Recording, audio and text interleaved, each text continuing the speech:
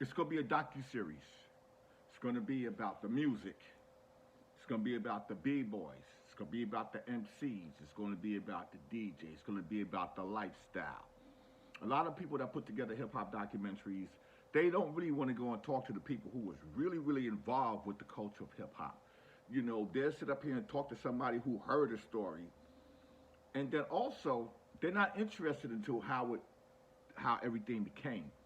They'll just get a little nitbit of it, and they'll just go and jump a whole 2 decades into something else. Because everything is about numbers, hits, name value.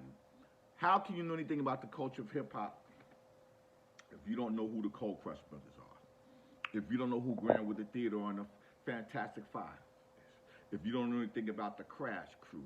If you don't know anything about Master Don and the Death Committee? If you don't know anything about Soul Sonic Force? If you don't know anything about the Funky Four?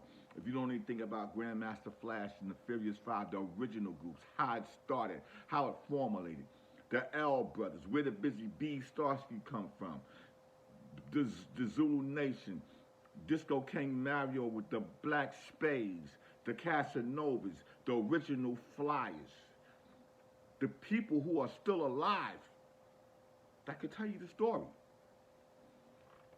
And that's what's going to make this documentary so special. There's going to be people in here you never heard of because hip-hop is global. And they're going to tell you part of their story. There's DJs, Red Alert, Jazzy J, you know, Grandmaster Flash, you know,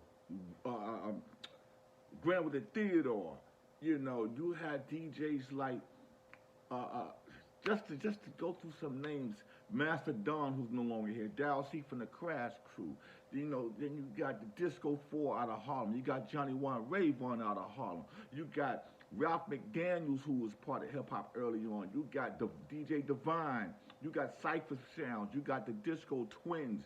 I mean, there's so much that people don't know about.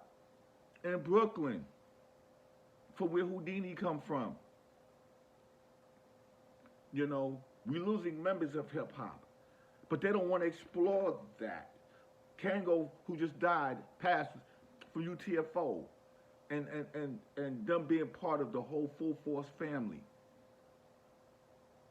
You know, Dougie Fresh, Slick Rick, Eric B., Rakim,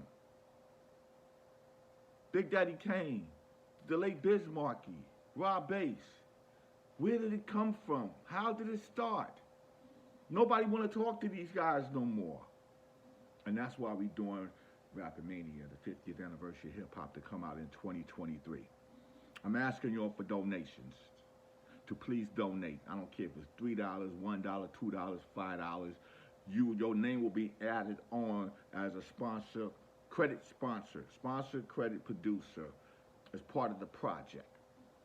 Contributing producer. I'm going to come up with a name for those who donate. I don't care if it's 200 people, will be in the credits, because we cannot let the culture of hip-hop die. We cannot. And it will die the first 25 years if we don't put the right information out. We're losing people by natural causes, by health, you know. Let's talk about what it was like with Mr. Magic, with WHBI, or African Islam with the Zulu beats on WHBI, and then taking it to mainstream radio. Let's talk about what Ice-T was on the West Coast, and we went out there and worked with Ice-T and King T, and you know there was Toddy T, you know, and the Egyptian Lover, and you know all these early guys out in the early '80s. Let's talk about the original B-boys. You know, let's talk about the graffiti artists from Phase 2. You know, all the guys that was part of the hip-hop culture. You know, Fab Five Freddy and people like that. Let's talk about how the Funky Four went downtown to the kitchen. Or when the Roxy's opened up with Lady Blue was bringing acts out, and Vito Bruno and stuff like that.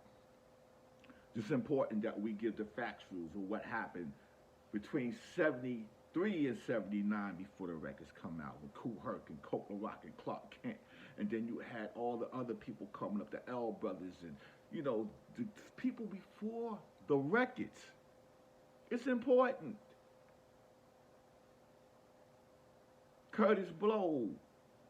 You know, you had the Mercedes ladies who never recorded a record. But they were the first female hip-hop group. So this is your brother VANSILK.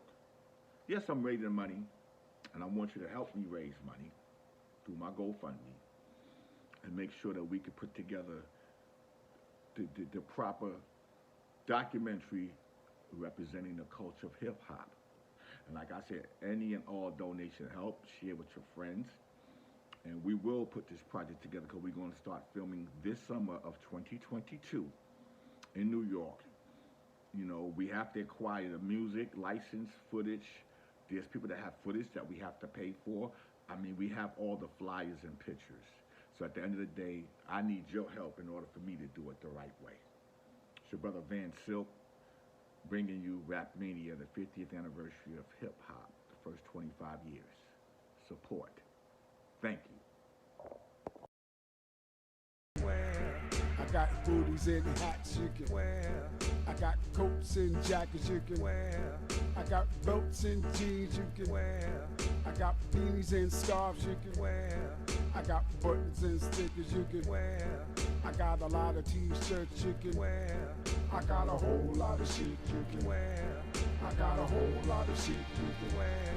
I got a whole lot of shit you can wear. I got hoodies and hats you can wear.